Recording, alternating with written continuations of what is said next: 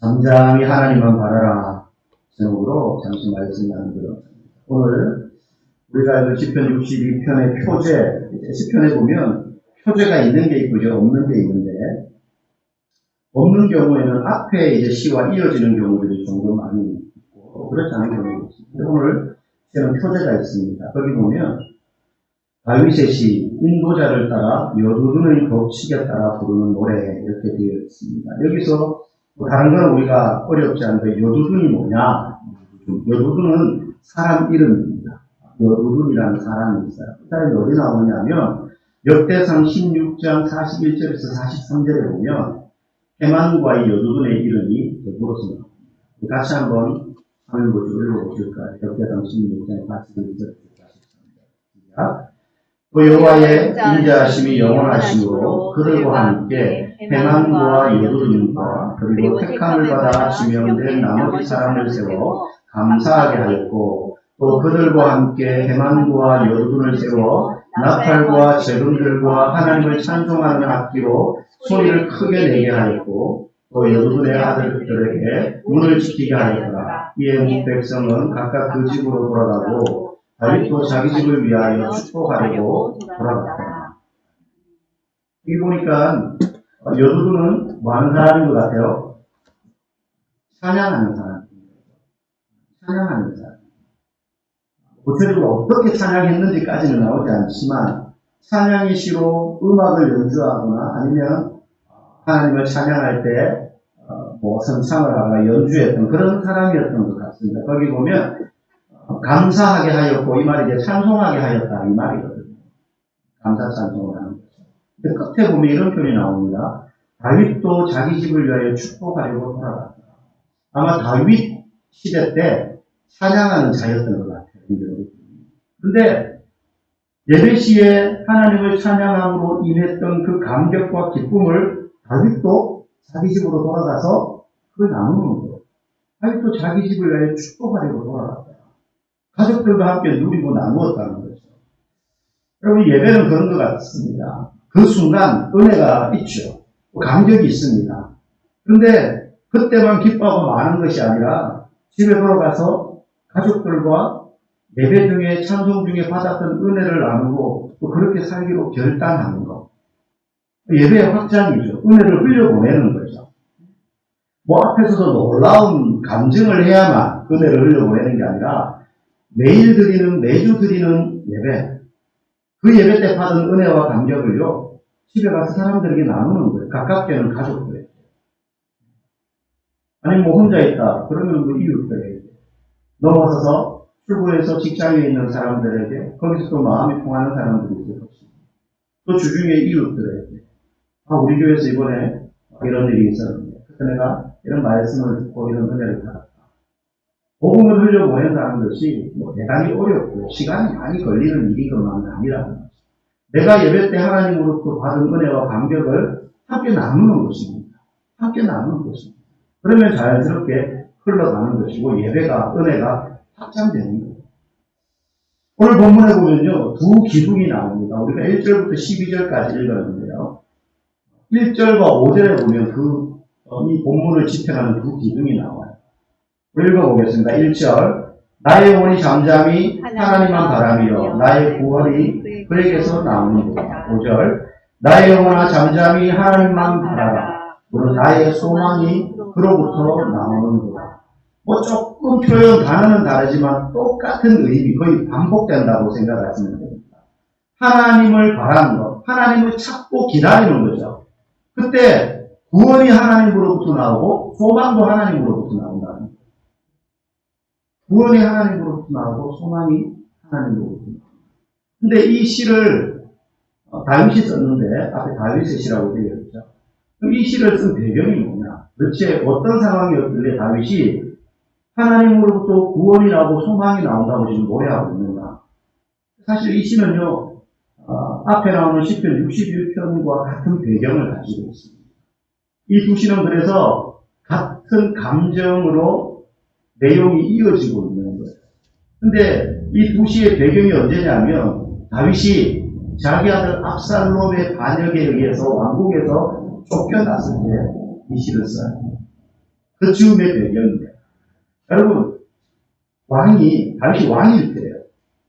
적과 싸우다가 쫓기는 것도 비참한데, 믿었던 아들이 왕위를 찬탈하려고 아버지를 궁전에서 쫓아냈어요. 얼마나 비참하겠습니까?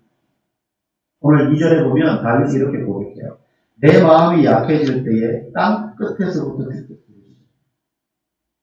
자기가 지금 땅 끝에 와 있다고 생각합니다. 실제 영토적인 의미에서 땅 끝, 더 이상 도망갈 데도 없고 피할 곳이 없는 그 구역, 이걸 이야기하는 것만은 아니죠. 실제로 도망갈 땅이 없다기보다는 심경이 그렇다는 거예요. 더 이상 내가 어디로 가겠냐. 도망가 본들. 이런 심정인 거죠. 내가 지금 땅 끝에.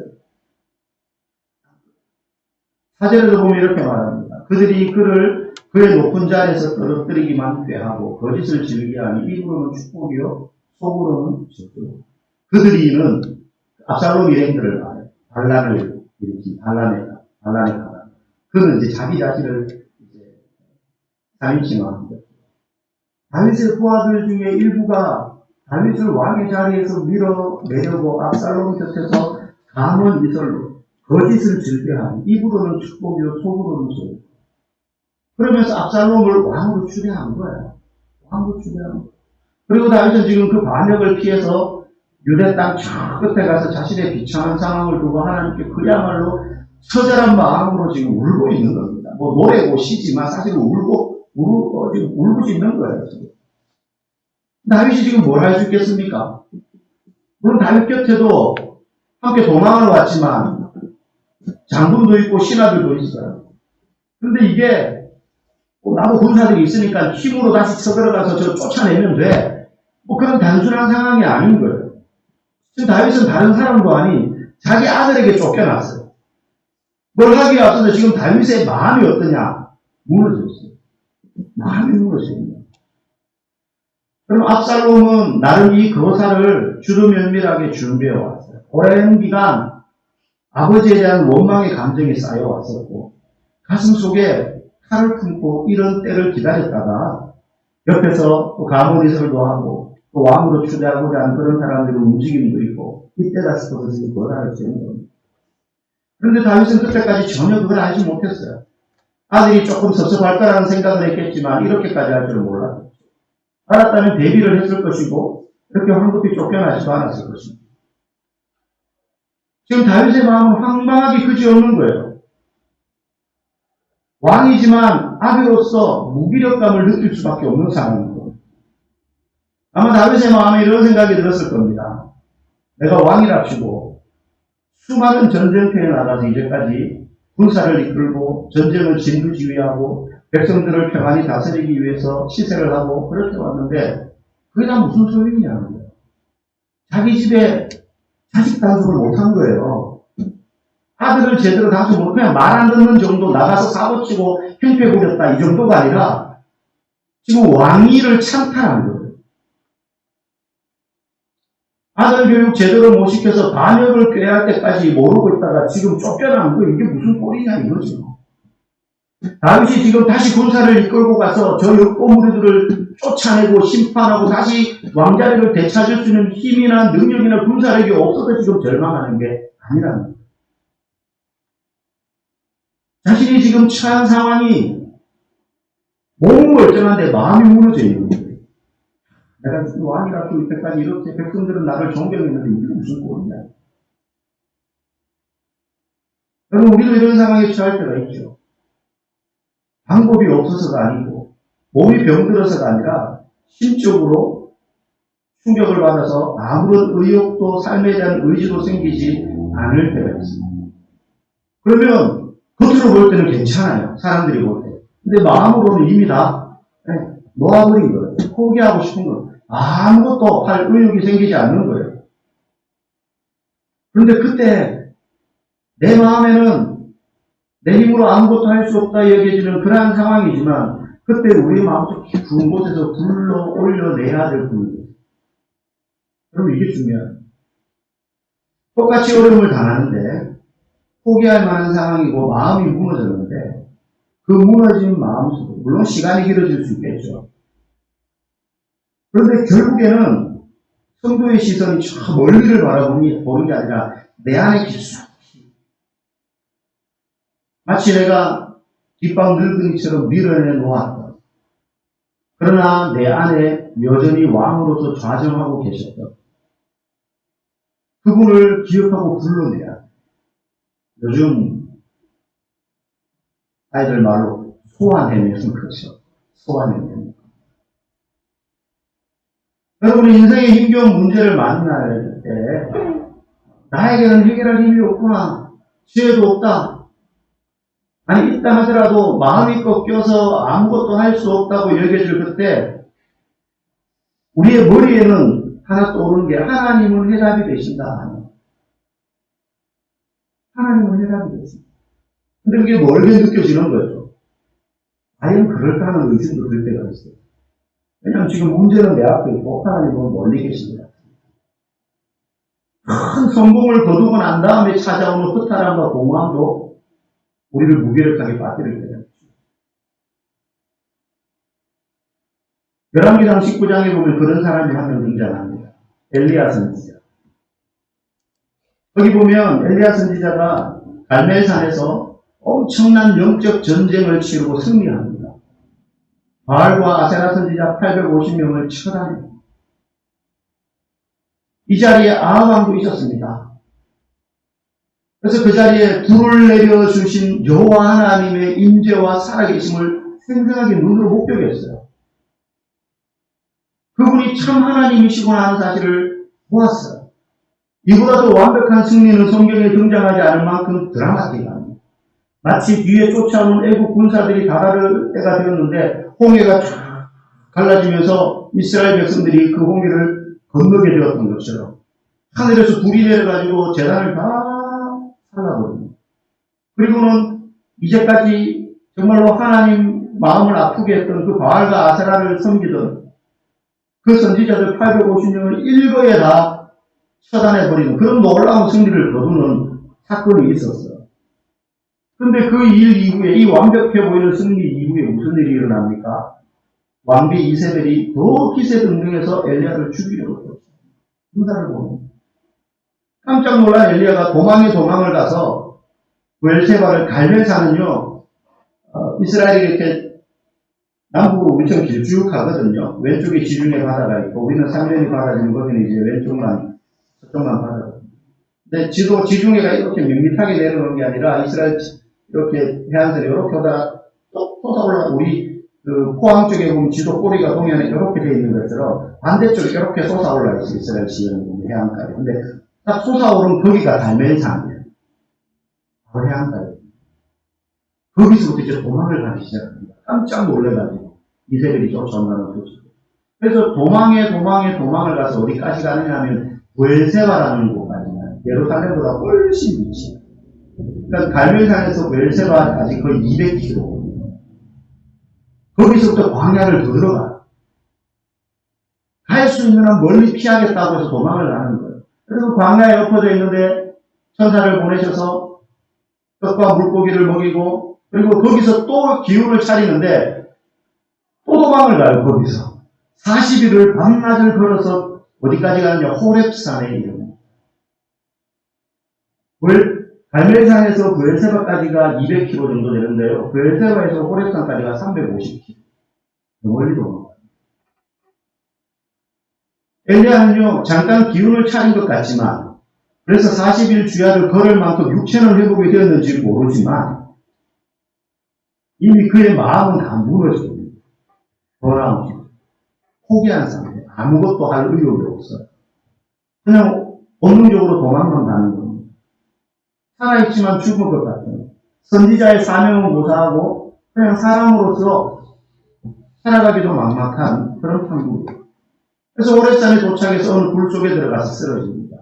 근데 그때 하나님이 엘리야에게 불에서 나와서 하나님의 산 앞에 서라. 그래서 굴에서 나와서 산에 딱 서는데 엄청난 바람이 몰아칩니다. 강한 바람이 몰아치고 바람이 지나가고 나자 큰 지진이 나면서 막 바위가 터지고 땅이 갈라지고 그리고 지진이 끝나고 나자 불이 확 솟아오고 강한 바람과 지진과 불을 동반한다는 건 하나님이 임재하실 때 나타나는 현상들이에요. 근데 그 모든 현상들이 지나가고 난 다음에도 하나님은 임재하지 않으세요. 분명히 하나님의 산 앞에 서라. 뭔가 하나님이 나타나실 모양이다 그랬는데 그런 징조들이 나타났는데도 하나님은 나타나지 않아요. 그런데 그런 현상들이 다 지나가고 난 다음에 세미한 음성이 들립니다. 그러면서 하나님께서 엘리야에게 앞으로 되어질 일들, 그 일들 속에서 네가 해야 될 일들, 누구에게 기름을 붓고 그래서 누구를 왕 삼고 그리고 그 왕이 어떤 일을 하게 될 것이며 그리고 너희의 뒤를 이어서 이 사명을 감당할 엘리사라는 사람에게 기름을 부어서 후계자로서 이런 말씀을 쫙 엘리야에게 주십니다. 여기서 중요한 게 하나님이 엘리야에게 나타난 타이밍입니다. 번아웃 상태, 완전히 녹초가 돼가지고 몸은 멀쩡할지 몰라도 먹고 기운을 차렸습니다. 마음은 이미 의욕을 다 잃어버린 그런 상태. 그런 상황에서 널브러져 있는데 바람도 지나가고 지진도 지나가고 불도 지나가고 난 다음에 세미한 음성으로 하나님이 말씀을 하셨다. 오늘 본문 1절과 5절에도 우리가 아까 읽었지만 두 기둥, 거기에 보면 앞에 똑같은 표현이 나오죠. 나의 영혼이 잠잠히 하나님만 잠잠히. 여러분 잠잠히는 조용히 말없이 이런 뜻이죠.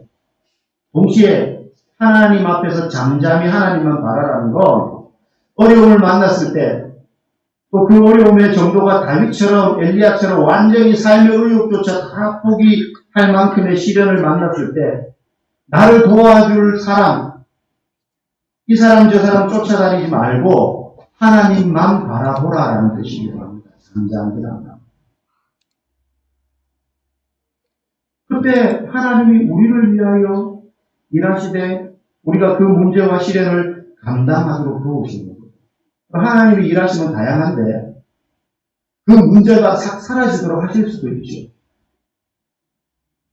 그 어려움이 뿅 하고 없어지는 것 같이 그렇게 도우실 수도 있어요. 근데 우리가 성경을 읽다가 보면 하나님은 모르겠어요. 하나님이 그런 면에서 약간 짓궂다라고 표현할 수 있을지 모르겠어요. 인간의 입장에. 하나님은 절대 우리가 손 안 대고 코 풀기를 원하지 않으시는 것 같아요. 그 어려움이 올 때 우리의 마음의 기대는 하나님 이 문제가 해결되게 해주십시오라고 기도하는데 하나님은 그 문제를 우리가 걸어가도록 도우십니다. 웃기지 않습니다. 걸어가도록 도우십니다. 그 문제와 시련을 감당하도록 우리를 도우십니다. 잠잠히 하나님만 바라라라는 말은 너는 가만히 있어 내가 다 해줄게가 아니에요. 지금 다윗의 처지가 그렇지 않거든요. 다윗이 이 사실을 알았기 때문에 2절과 5절에서 오직 그만이 나의 반석이시오 나의 구원이시오 나의 요새이시니 내가 흔들리지 아니하니 라고 후렴처럼 두 번이나 반복해서 외치는 것입니다. 여러분 우리의 삶을 흔드는 문제들이 찾아옵니다. 여러분 어른만 산전수전 겪고 어른만 힘든가 아니에요. 아이들은 아이들대로 힘들어요. 청년은 청년대로 힘들고요. 자녀들 결혼 다 시키고 나이 들고 나면 이제 힘들고 어려운 문제가 없을 것 같지만 어른들은 어른대로 또 힘들어요. 남의 어려움을 그래서 함부로 판단하면 안 되는 건데 여러분 그런 걸 떠나서 만약에 우리가 다윗과 같은 처지가 되었다고 생각해 보십시오. 가장 믿었던 사람에게 배반을 합니다. 큰 승리를 거두고 난 다음에 이제는 사명을 다했고 이제는 모든 문제가 해결될 거라고 생각했지만 그렇지 않은 처지에 처한 엘리야와 같이 우리가 되었다고 생각해 보십시오. 성공이 큰 만큼 열매가 컸던 만큼 그 실패 그리고 그 성공 뒤에 오는 이 아픔은 너무 큰 충격으로 다가옵니다. 그래서 우리가 어떤 TV에 보면 뭐 유명했던 사람들 인기와 명성을 누렸던 사람들이 하루아침에 그 자리에서 떨어졌을 때 이거는 그냥 평범한 사람보다 더 못한 처지가 되어버립니다. 그럴 때 우리가 혹여라도 그런 상황에 처하게 될 때 우리 안에 깊이 자리 잡으셔서 여전히 우리를 위하여서 반석이요 산성이 되셔서 그 자리에 계셨던 그 하나님을 우리는 느낀다. 다윗이 지금 쫓겨나서 그 하나님을 바라보는 거예요. 어쩌면 왕궁에 있을 때는 보이지 않았던 하나님일지도 몰라요. 그런데 광야로 쫓겨가니까 튼튼한 왕궁에 있을 때는 몰랐던 그 하나님이 이분이 정말로 나의 산성이죠. 그 궁전도 아들의 칼날에서부터 나를 지켜주지 못했습니다. 지금 내 옆에 있는 역전의 모장들, 자기와 함께 전장을 누볐던 장군들, 그 중에 요압 장군도 있어요. 그런 사람들도 나를 지켜주지 못했는데 나가서 보니 하나님이 정말 나의 반석이고 하나님이 나의 피난처시고 하나님이 나의 반석이시고 여러분 아마 지금 머리를 끙끙 싸매게 만드는 고민들 문제들이 있을 겁니다. 또 그런 큰 문제는 아닌데 하나 해결하고 나면 또 다른 문제가 생겨서 이거 언제까지 이렇게 살아야 되나 싶은 마음이 들 때가 있을 거예요. 그때 우리가 할 수 있는 선택지는 많지 않아요. 어쩌면 유일합니다. 뭐냐? 잠잠히 하나님 바라보는 거예요. 이제 그 기간이 길다는 게 우리가 참 힘들 수 있죠. 나의 수단으로 이렇게도 할 수 있고 저렇게도 할 수 있지만 먼저 내가 하나님을 바라봅니다. 그런데 그 하나님을 바라보다 보면 나중에 이 문제가 진척이 되어가는 과정을 통해서 깨닫는 게 내가 이제 하나님을 이 문제 가운데서 바라보니 내가 이 문제 때문에 머리 싸매기 이전부터 하나님은 내 삶 가운데서 성실함으로 일하고 계십니다. 그 사실을 보게 되었거든요. 그때 하나님이 나의 반석이십니다. 나의 산성이십니다. 여러분 하나님의 기적은 결론적으로 결과적으로 어느 날 갑자기 이루어지는 것 같지만 하나님이라 할지라도 전능한 하나님이라 할지라도 주무시다가 갑자기 우리가 문제 만났을 때 깨가지고 뚝딱 이렇게 해결해 주시는 분이 아니랍니다. 하나님은 주무시지 않습니다. 하나님은 늘 깨어 우리의 삶 가운데 성실함으로 일하시는 분이기 때문에 그 문제 해결되면 오랜 기간 생생히 살아계셔서 역사하셨던 하나님의 섭리에 의해서 우리의 삶이 풀어져가고 우리가 그 문제의 강을 건너갈 수 있게 됩니다.